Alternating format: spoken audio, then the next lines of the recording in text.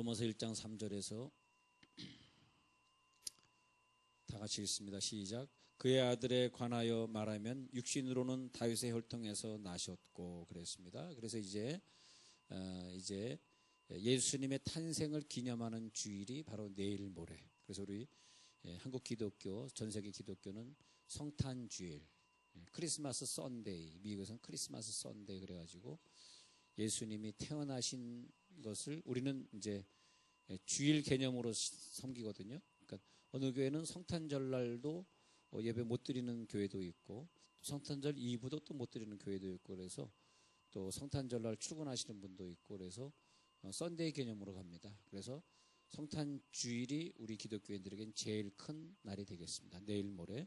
그래서 이 성탄 주일을 기다리면서 예수님이 태어나시는데 예수님의 태어나심과 자라나심과 죽으심은 전부 신비로워야 되고 그리고 예수님은 오셔야 되는 목표가 우리의 마음속에 있는 구유, 말구유 아닙니다. 자꾸 습관적으로 말구유라는 거 자꾸 우리가 습관이 되어 있는 말구유가 아니라 말이 없습니다. 예루살렘에는 산지기 때문에 말을 키우지 않습니다.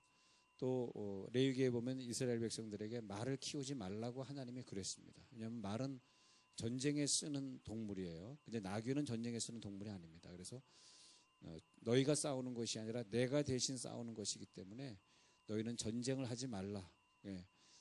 그렇기 때문에 말을 키우지 말라고 하나님이 하셔서 특히 예루살렘에는 지금도 말이 없습니다. 그러니까 말구유하고 또 우리 학생들도 또 교사들도 이렇게 예수님 말구유 태어나셨어 그러는데 말구유 아니고요. 그래서 하여튼 이 동물의 먹이통을 말하는 동물의 먹이통, 푹 파인 동물의 먹이통에서 예수님을 담아서 태어나게 하셨는데, 근데 예수님은 신비여야 됩니다. 신비. 그 신비가 어떤 신비냐 하니까 첫 번째 신비는 다윗의 혈통으로 오시는 것이 신비예요.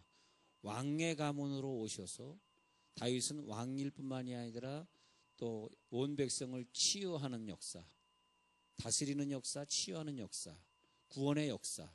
그래서 다윗의 자손이여 불쌍히 여기소서 했던 사람들마다 기적이 일어나고 병이 고쳐졌는데 다윗의 자손이여 할 때는 왜 다윗의 혈통으로 와야 되는지 그 신비를 아는 자들. 여러분 오늘 그 다윗의 혈통으로 온 신비를 체험하시기 바랍니다. 다윗의 혈통으로 온 신비. 그래서 다윗의 온 혈통으로 왔기 때문에 그분은 신비스럽게 왔다.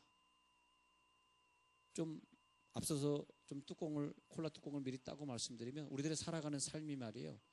신비스러운 삶이 있어요. 저는 종종 저분의 삶은 참 신비스럽다. 저렇게 연단이 많은데도 저렇게 웃을 수 있을까? 야, 저 사람이 인간인가? 참 어쩌면 저렇게 순종할 수 있을까? 저 사람이 인간인가? 저렇게 주님을 사랑할 수 있을까? 제가 뭐 누구가 이렇게 느껴졌어 이러면 안 되니까 또 다른 사람이 시험 받으니까 그렇지만 저는 늘 그런 사람들 교인이든 뭐 아니면 어떤 목사님이든 뭐 크게 되신 목사님이든 그런 분께서 늘 생각하면서 야, 저분은 인간의 한계를 참 뛰어난 장경다. 근데 그 여러분 자녀 중에 그 사람은요 어떤 사람이어야 되냐면 신비로워야 돼. 저 사람은 신비롭다. 근데 예수님이 우리를 구원하시려면은 구원의 능력에는 신비. 그래서 이사야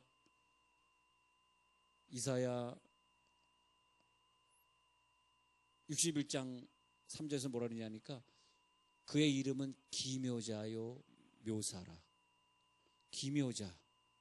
기묘자라 묘사라. 그것이 뭐냐니까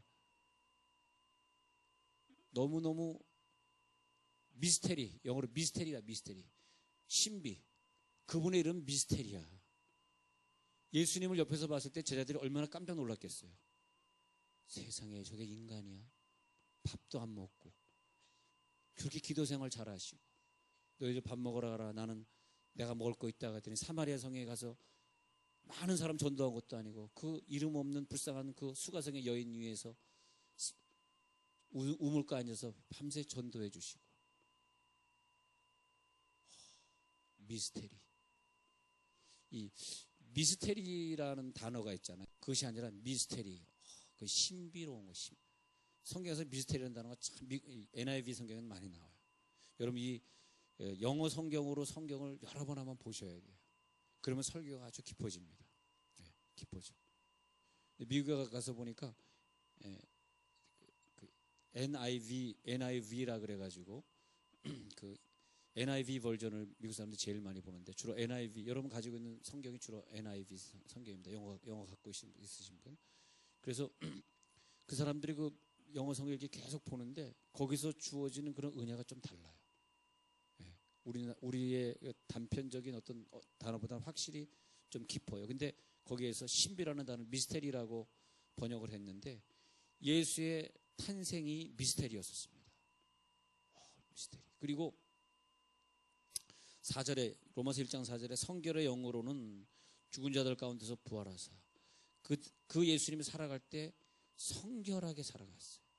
성결한 삶을 볼 때 미스테리다. 어떻게 저렇게 인간의 본능이 있고 인간이 화가 날 수 있고 자기를 치는 채찍으로 치는 자들에게 좀 핏대도 낼 수 있으실 텐데 어떻게 저렇게 깨끗할 수 있을까? 어떻게 저렇게 죄를 안 짓고 살아갈 수 있을까?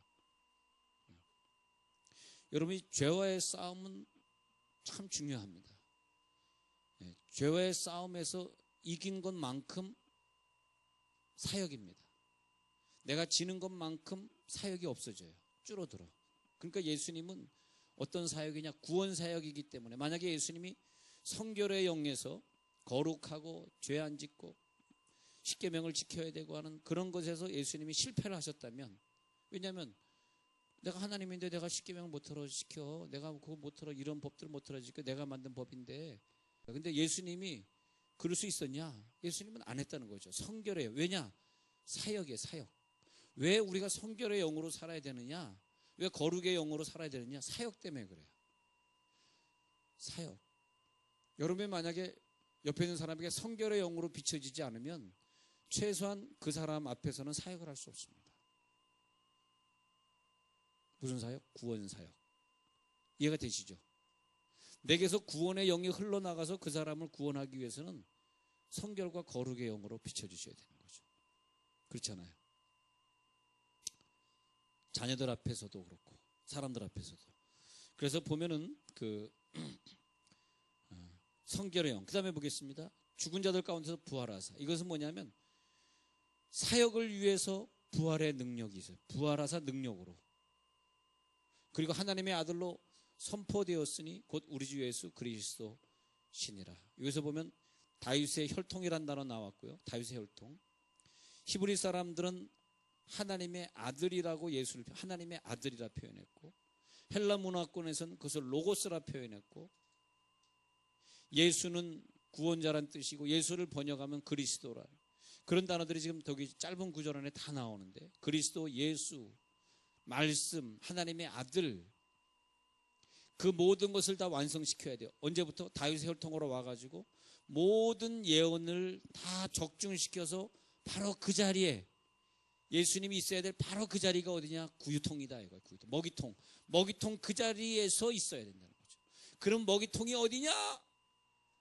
우리의 마음 한가운데. 요걸 적으셔야 돼요. 요걸. 구유통이 어디냐? 우리의 마음 한가운데에서 그분이 태어나셔야 돼요. 어떤 분은 내 마음이 구유처럼 낮아져서 내 속에서 태어난 사람이 있고, 어떤 사람은 아직까지 내가 구유통이 되지 않기 때문에 내 속에서 아직 안 태어난 사람이 있고. 주여. 그렇죠. 어떤 사람은 내 속에서 태어나서 성결의 영으로서 내 생활의 영, 생활 속에서 신비로움을 체험해 가면서 아들, 딸이 그렇게 말을 안 듣다가 그렇게 못되게 굴다가 어느 순간에 엄마를 바라봤는데 엄마가 자기를 위해 눈물로 기도하고 있는 거예요. 그때 이 아들, 딸은 뭘 느끼냐 하니까 신비롭다, 미스테리다. 저렇게 아빠한테 구박받고 아빠에게 두드려 맞고 살면서 또 새벽기도 안 빠지고 나를 위해 그렇게 기도했으니, 그 미스테리를 봤을 때 뭐가 돼요? 미스테리를 봤을 때 구원의 영이 나에게 들어온다 이거예요. 그때 이 아들, 이 딸은 마음을 잡더라 이거예요. 그죠? 그게 신비의 영이라니까. 신비는 뭐냐? 신비는 구원이다. 그래서 예수님 오셨는데 신비롭지 않게 똑같은 인간의 모습으로, 처녀의 몸으로 안 오고 똑같은 인간의 모습으로 왔으면 우리를 어떻게 구원하겠냐 이거예요. 우리를 어떻게 구원하겠어요? 그잖아요. 그러니까 신비의 모습으로 오셨기 때문에 구원의 능력이 나가게 되는 것이고, 우리는 늘 인생을 살면서 예수님이라면 이렇게 하셨을까? 예수님이라면 이런 말을 내뱉었을까? 예수님이라면 이걸 못 참고 내가 뛰쳐나갔을까? 예수님이라면 내가 저 사람을 용서 못했을까? 왜? 그분만이 나를 구원할 자였기 때문에 그런 거죠. 그래서 예수님이 내 속에서 태어났다는 것은 구원이에요. 구원. 중생되었다. 그 중생되었다 말은 영어로 하면 justify인데, justify라는 단어를 갖다가 NIV 성경으로 쭉 찾아보면은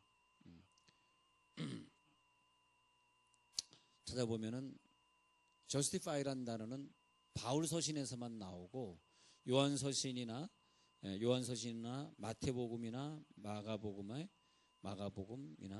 그다음에 Gospel of Mark, 마가복음이나 Gospel of Matthew, 마태복음이나 Gospel of Luke 그래가지고 누가복음이나 그다음에 제임스, 야고보서나 Peter first Peter, second Peter 해가지고 베드로전서, 베드로후서에는 등장하지 않습니다.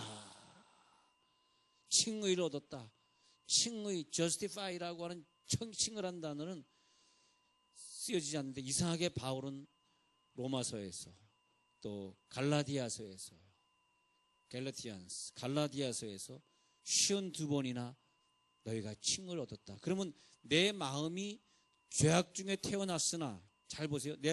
나 지금 죄인으로 살고 있으나 어느 순간에, 내가 10살 때든 20살 때든 어느 순간에 구유에서 태어난 예수님이 내 마음에서 태어나심으로써 그 순간에, 그 죄 없는 그분이 내 속에서 태어나시는 순간에, 그 예수님이 내 속에서 태어났다.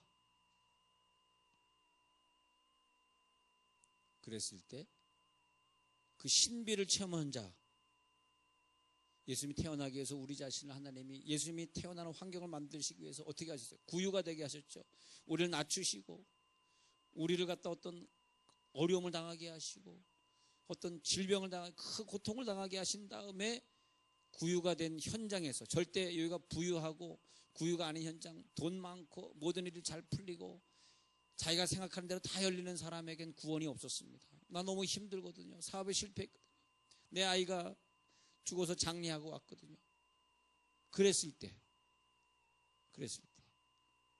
내 상태가 구유가 되었을 때 신비가 일어났으니, 아기 예수가 내 구유에서 태어났는데, 그것이 뭐냐니까, 내가 만약에 20살까지 내가 죄 짓는 영혼이고 마음이었는데, 그때 구유의 탄생의 예수를 체험하고 나서부터 내 마음이 뭐가 되냐?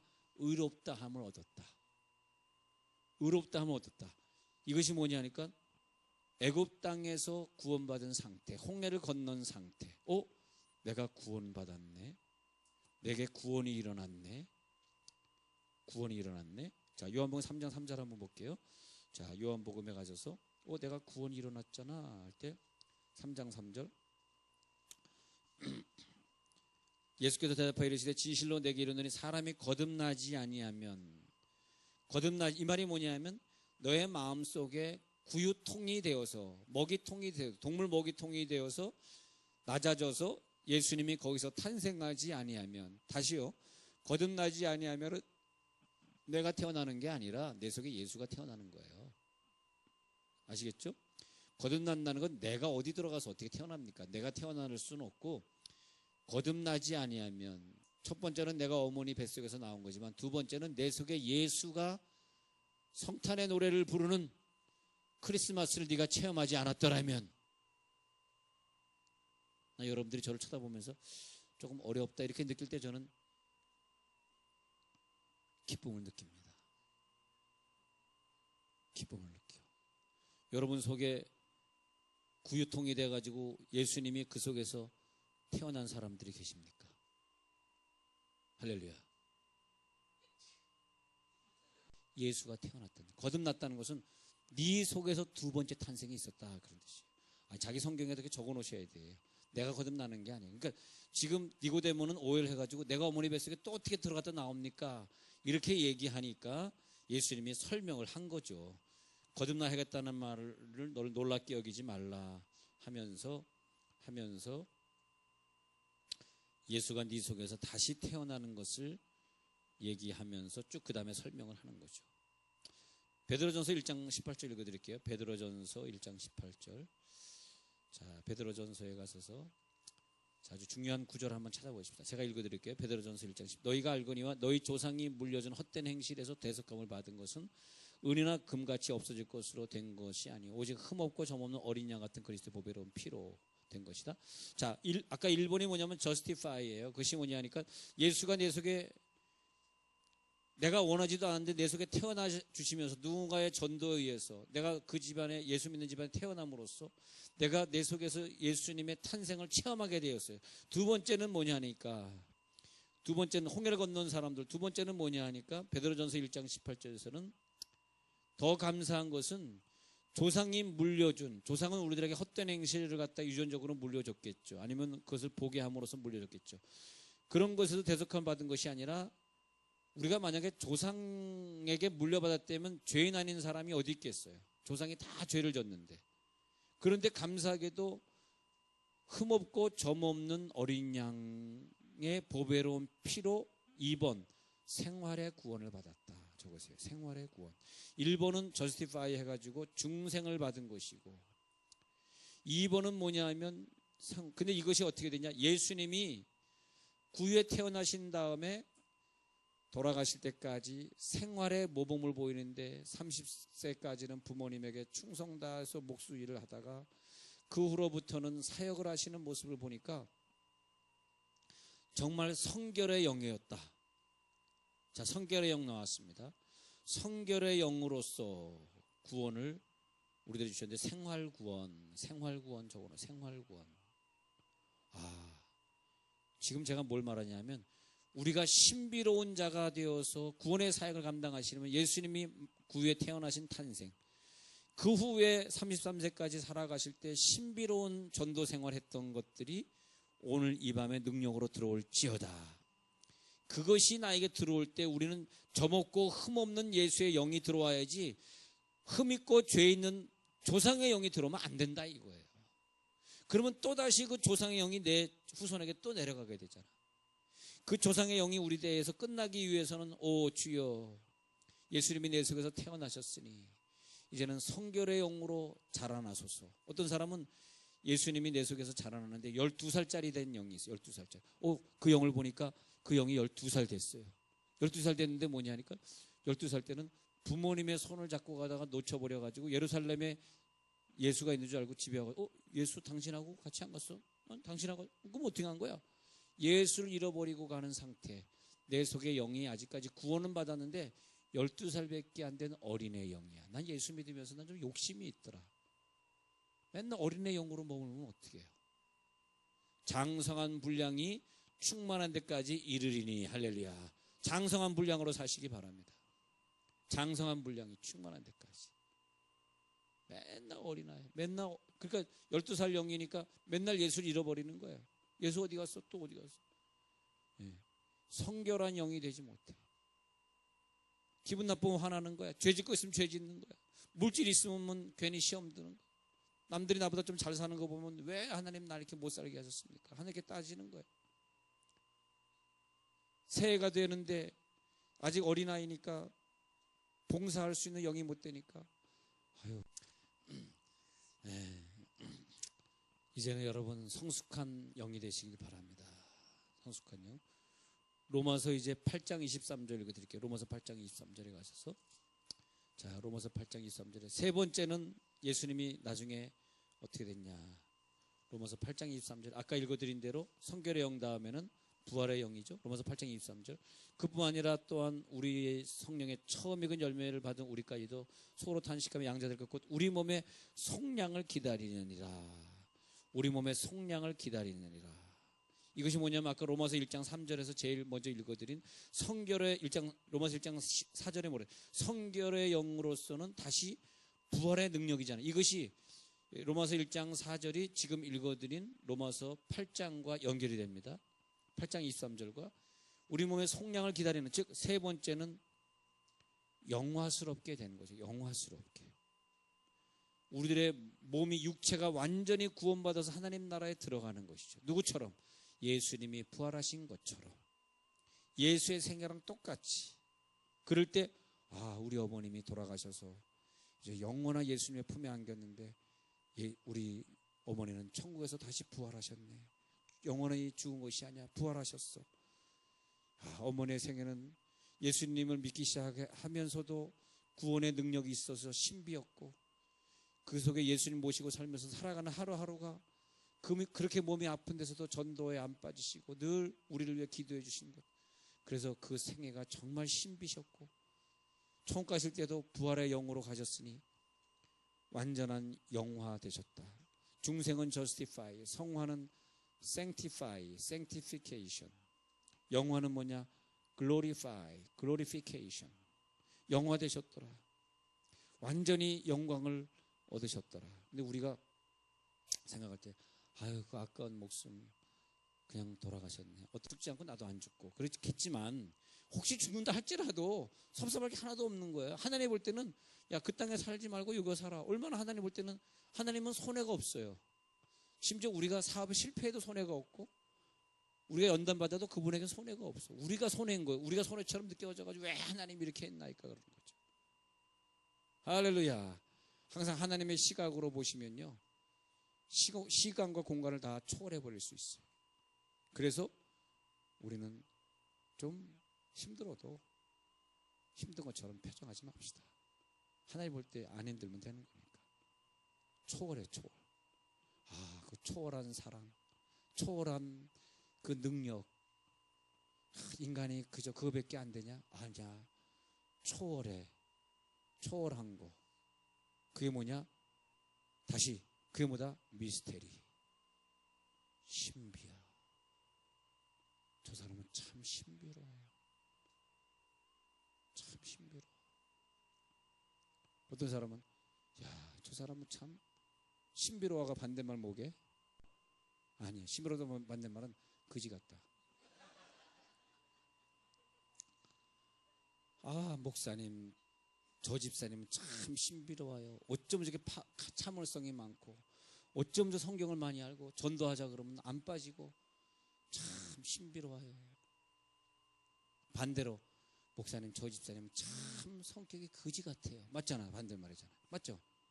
왜요? 그랬더니 껐다가면 시험 받았다 그러고, 껐다가면 안 나오고, 껐다가면 약속 안 지키고, 껐다가면 예배 시간 안 나타나고, 쟤는 참 거지 같아요. 맞죠? 자, 신비롭다 반대말이 뭐다? 거지 같다. 신비롭다 반대말은 평범하다. 맞는 얘기. 평범하다를 다시 풀었으면 뭐다? 거지 같다. 근데 참 거지 같네.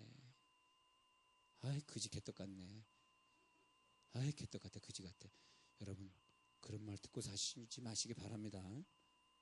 어느 현장에서라도 초월하세요. 초월. 목사님 한 30분 기도하니까 힘드네요. 지금 2시간째 저 집사님 기도하고 있네. 무릎이 안 아플까? 2시간째 손 안 내리고 있어. 그때 뭐라 그래? 신비롭다. 5분 만에 일어서면서 나 2시간 전에 5분밖에 안 됐네. 뭐 같다? 거지 같다. 쟤 거지 같네 진짜. 그리고 또 돌아다니면서 나 좀 기도 좀 해. 그러고 돌아다니지 또.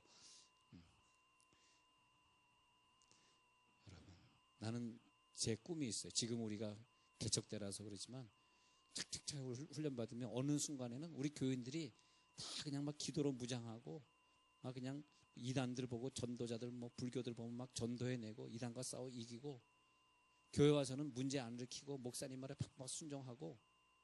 아멘 안 할까요? 그리고 막 정예부대가 됐으면 좋겠어. 난 그게 꿈이에요. 그건 그렇고. 그래서 다시 이제 돌아와가지고 완전히 부활은 뭐냐? 예수님이 이 땅에 그것을 보여주기 위해서 세 번째, 예수님이 부활하셨더라. 부활하셨더라. 그러면 이제 우리가 어떻게 결론을 내리면서 우리들이 기도를 해야 되냐면, 예수님이 이 땅에 구유로 오시고 성결한 영으로 사시고 부활하셔야 되는 것이 뭐냐 하니까, 예수님이 화목제물이 되셔야 되기 때문에,